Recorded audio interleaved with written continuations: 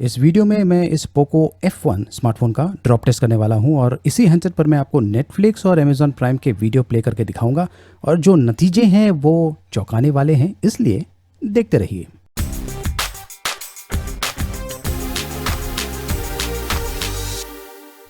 नमस्कार दोस्तों, मैं हूं गोगी और इसके पहले कि मैं ये पोको F1 स्मार्टफोन का ड्रॉप टेस्ट करूं, चलिए कुछ इंपॉर्टेंट चीज़ों पर ध्यान देते हैं।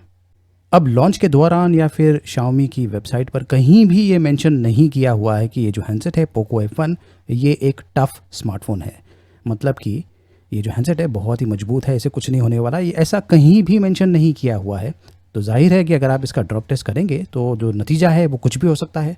अगर आपके हाथ से एक गलती से गिर जाता है तो अलग बात है, लेकिन कोई बेवकूफ़ी होगा जो इसे जानबूझ के गिराएगा।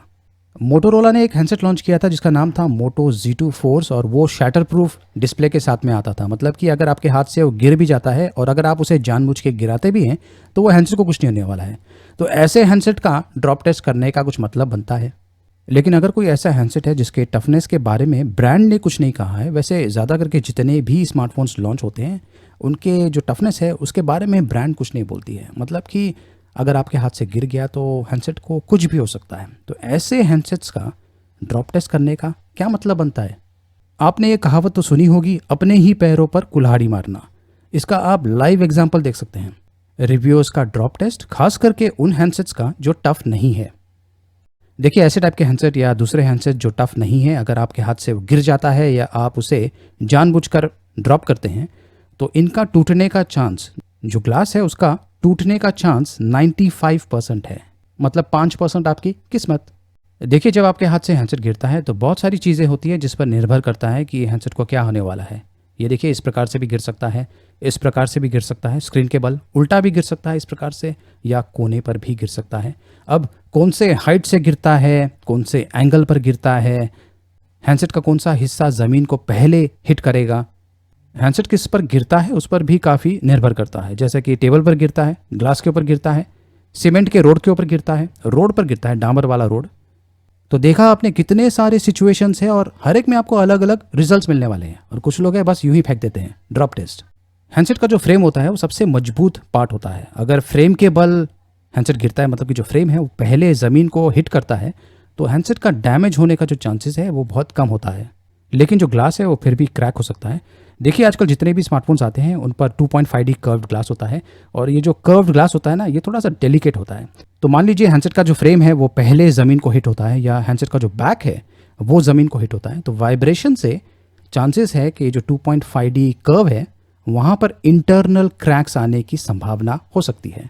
तो ऐसे हैंडसेट्स की जो टफ नहीं है, मैन्युफैक्चरर ने कुछ नहीं कहा है इसके बारे में, इसकी कोई गारंटी नहीं है। आपके हाथ से 6 फीट के हाइट से गिरने के बाद भी इसका जो ग्लास है टूट सकता है, या फिर 6 फीट के हाइट से गिरने के बाद भी इसे खरोच भी नहीं आएगी।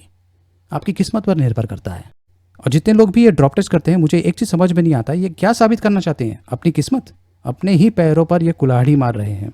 एक और मज़े की बात, जब ड्रॉप टेस्ट करने के बाद हैंडसेट को कुछ नहीं होता है तो कहते हैं कि मस्त हैंडसेट है, खरीद लो। लेकिन अगर हैंडसेट टूट जाता है तो कहते हैं कि ये ड्यूरेबल नहीं है, इसे मत खरीदिए। ये जो ड्यूरेबल शब्द है इसका मतलब क्या है? मतलब ये कि लॉन्ग रन में, लॉन्ग रन काय का यहाँ पर अभी इन्होंने फोड़ दिया है ड्रॉप टेस्ट करके।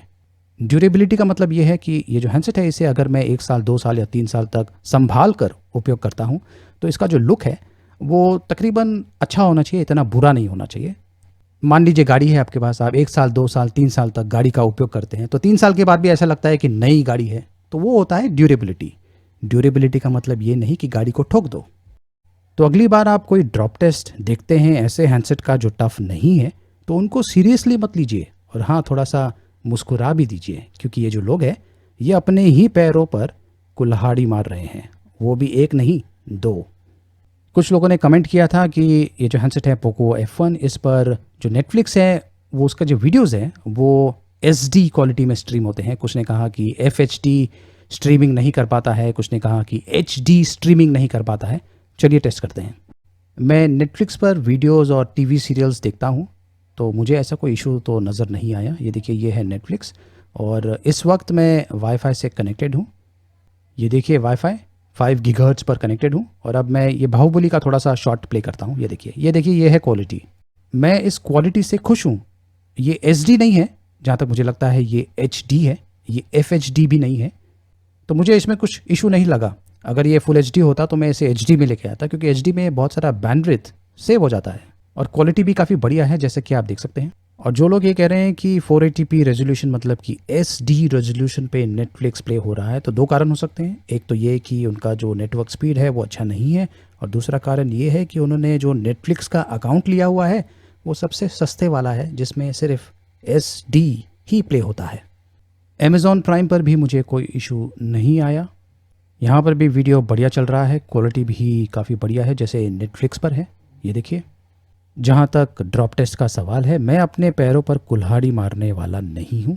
अगर आपको ये बात समझ में आ गई है और अगर आपको ये वीडियो पसंद आया है तो इसे लाइक कीजिए, शेयर कीजिए, मेरे चैनल को सब्सक्राइब कीजिए और जो बेल आइकन है उसे भी इनेबल कर दीजिए और देखते रहिए।